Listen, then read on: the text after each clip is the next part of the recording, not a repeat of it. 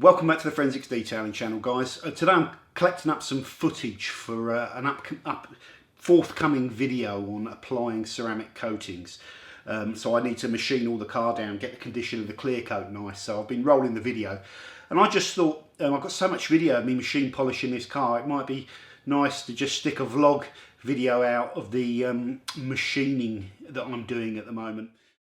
Well, I quit my job down at the car wash and left my mommy a goodbye note. By sundown I left Kingston with my guitar under my coat. I hitchhiked all the way down to Memphis. I got a room at the YMCA. For the next 2 weeks I went a haunting them nightclubs looking for a place to play. Well, I thought my picking would set them on fire, but nobody wanted to hire a little guitar man. Well, I nearly about starved to death down in Memphis.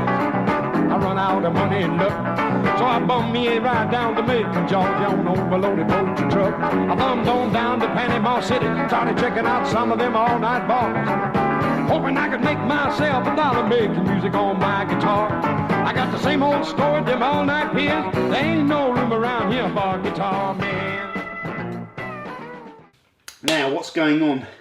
I'm doing all this machining mainly on the Flex 3401 with the soft, well not so soft, the hybrid, Lake Country Hybrid Power, I think that's what it's called, Hybrid Power polishing pad, and also the Flex PE8-4 to hit some of the tighter areas using Chemical Guys pads, and I'll probably be needing to use a full, some 1-inch spot pads as well for some of the areas.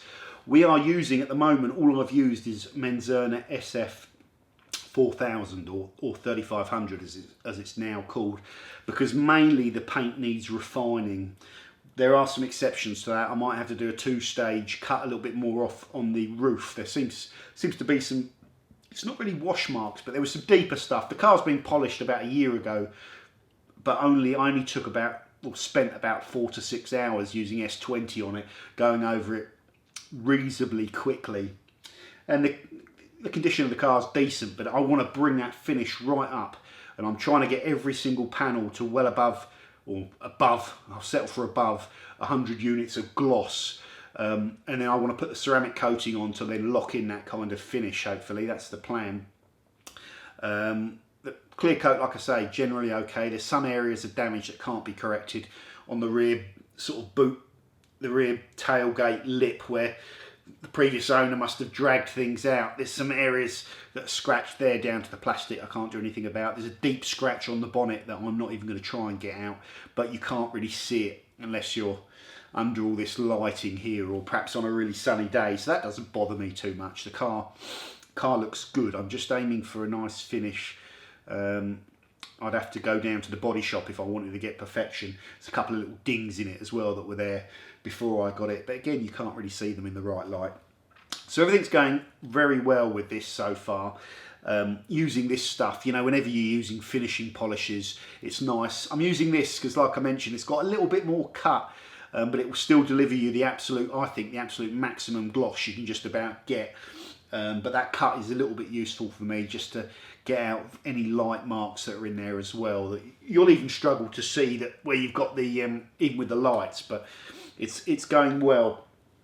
We are also running these cloths for the first time. I played around with them just for the Into Detailing review, but this is the first time I've used them in anger, and they are really, really nice. These are the Into Detailing 350 edgeless Koreans, the plush ones, that I was going mad about the price on them, because if you buy 10 they're £1.95 each, so that, you know, you don't get Korean split pile microfiber like this for £1.95 each a towel. They're normally about 4 or 5 quid a towel. So I've never seen a towel that is this good quality for that sort of price. I don't know if I don't know how long they're going to stay that price. You know, £1.95 each if you buy 10. But using these for the first time, they are lovely, especially with the finishing polishes. You know, the finishing polishes come off really nice, but that is kind of almost your last contact. You know, when you're removing that finishing polish, you do need to degrease as well afterwards, but I'll be using these to take off when I go over the car and degrease it, and I'll talk about that in an up and coming ceramic application video. But they are so nice for that final kind of contact because they are soft and really safe. Yeah, so I'm impressed with these. They are really good. So I'll put, as always, I'll stick a link to them in the description. Ever since we featured them on the Into Detailing review, Imran's been selling a ton of them, so I think the word is spreading about these towels and how good they are for the price. So if anyone's bought them before, let me know what you think of them. But Jesus Christ, £1.95 for a buffing cloth. So that's really good.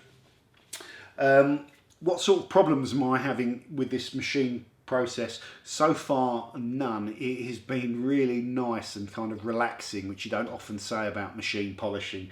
I am just sitting there plodding along and making sure I work my way around this entire car. And this is the advantage you've got. You know, if you're doing this professionally, kind of day in, day out, you're under massive kind of time pressure and time constraints. Whereas for me, I can just stop now. It's kind of 6 o'clock. I want to go and have some food. The missus is nagging at me, so I better get a move on. And I will come back, not tomorrow, but in 2 more days, and then put another 2 or 3 hours in the evening, and eventually work my way around the car and get it all polished to a high standard. So I'll just throw the footage now of me polishing the car. It's going to go in the vlog section, so it's just a video, you know, that won't be of interest to anyone, but it will show you kind of the sort of process I'm following, I guess, for trying to bring up the finish on this car and do a little bit of correction as well, just some very light correction for some of that very light surface marring. So there we go. Take care, guys. I'll see you soon on the Forensics Detailing channel. As I've mentioned before, we have a load going on with, there's going to be quite a lot on ceramics, ceramic application first of all, basic ceramic application video. Then we're going to go into some sort of more advanced stuff or discussions around some of the extra considerations with ceramic applications, because I haven't seen any of that out there yet, and I think it will be interesting. We're also going to be doing, I want to know, you know, I've got to try and pick a ceramic that I want to use for this car. So I've bought like the packages from the 3 kind of main companies out there. I know there's a lot more that sell them, but I've got the Geon Synchro kit. You know, their new version of Moss with their new skin top coat, and their Geon, what's it called, Geon Cure kind of water-based top-up thing, you know, maintenance coat if you like. I've got the CarPro Seaquartz UK with the Gliss top coat and CarPro Reloaded, and I've got the G-Technic Crystal Serum with EXO and C2 V3. So we'll be looking at the base coats for all 3 of these products and trying to see how easy they apply. And I want a high level of solids in the base coat, because that's kind of the thing that you want to stick on the car to last on the car as long as you can. I want to see how easy they are to apply and talk about the differences in application between those products. I will look at the hydrophobicity of the base coats, because I suppose it's relevant if you're only using those products. We're going to look at the top coats and do similar tests, get all these products on the gloss meter and see how they retain their gloss over the weeks and wash cycles on the test panels. And we'll look at those kind of maintenance water-based, you know, hydrophobic things that you spray on top to kind of, you know, keep the repellency fresh, if you like, you know, and topped up. And then we'll be doing some videos as well, you know, looking at these ceramics and delving into what they're actually giving you, and are they worth using, and are they right for everyone? And that's going to be interesting. And like I say, some further discussions around some extra considerations beyond the basic application. So there'll be lots to come on ceramic coatings on this channel, guys. That's it for now. Everything's going good. Hope you all had a good New Year and Christmas, and I'll see you soon. Stay tuned. Hit that subscribe button. Don't often ask, because I forget most of the time. So if you've not already subscribed, please do so. Channel's going great. Everything's good, and I hope 2018 is going to be a good year. I shall see you soon. Bye for now.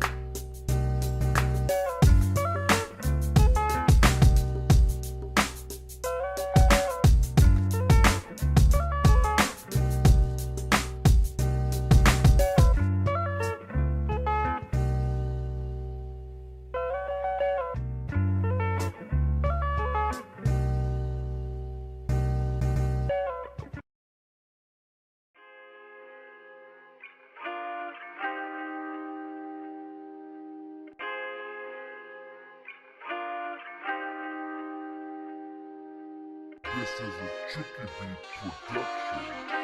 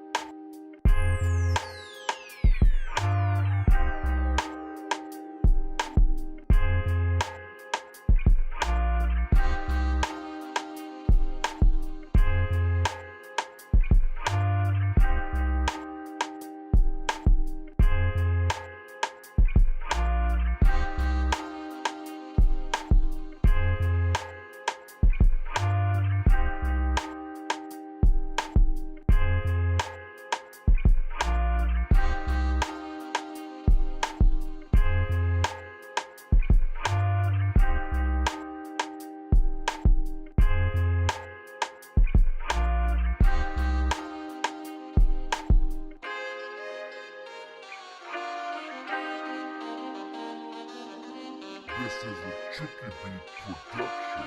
Stay tuned to the channel, guys, and I'll see you soon on Forensics Detailing. Bye for now.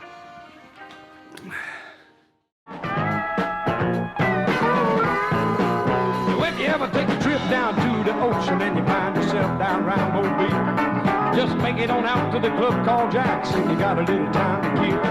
Just follow that crowd of people, you'll wind